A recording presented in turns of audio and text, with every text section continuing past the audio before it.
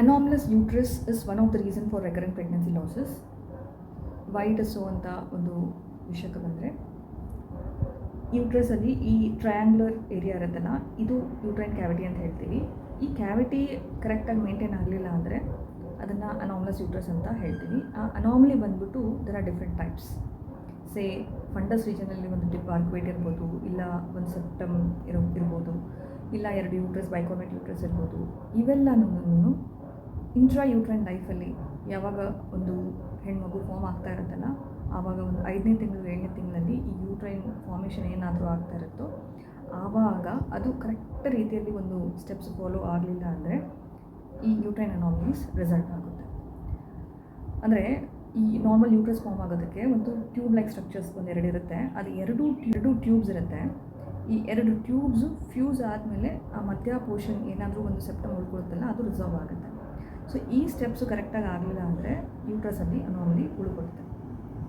And later on ಈ ಥರ ಒಂದು recurrent pregnancy losses issue during their fertility period ಕಂಡುಬರುತ್ತೆ. So ideal treatment for this recurrent pregnancy losses with the uterine anomaly, surgical correction ಏನಾದರೂ option ಸಿಕ್ಕಿದ್ರೆ ಒಳ್ಳೆಯದು, which is very much effective for such recurrent pregnancy losses. There is a scan video which will tell you like uterine anomaly andre one of the most commonest separate uterus ತೋರಿಸಿರುತ್ತೆ, which you can get an idea. Recurrent pregnancy losses history ಇರೋ ಪೇಷಂಟ್ಸ್ಗೆ 3D scan ತುಂಬಾ important ಆಗುತ್ತೆ. Even with be simple fertility issue also.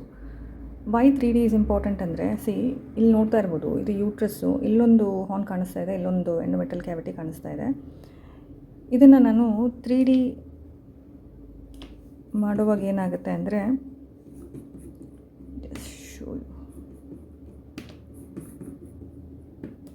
Yeah 3D scan ಮಾಡುವಾಗ when I take a slice in this way, what happens is, ಇಲ್ಲಿ ನಮಗೆ ಒಂದು drip ಕಾಣಿಸ್ತಾ ಇದೆ.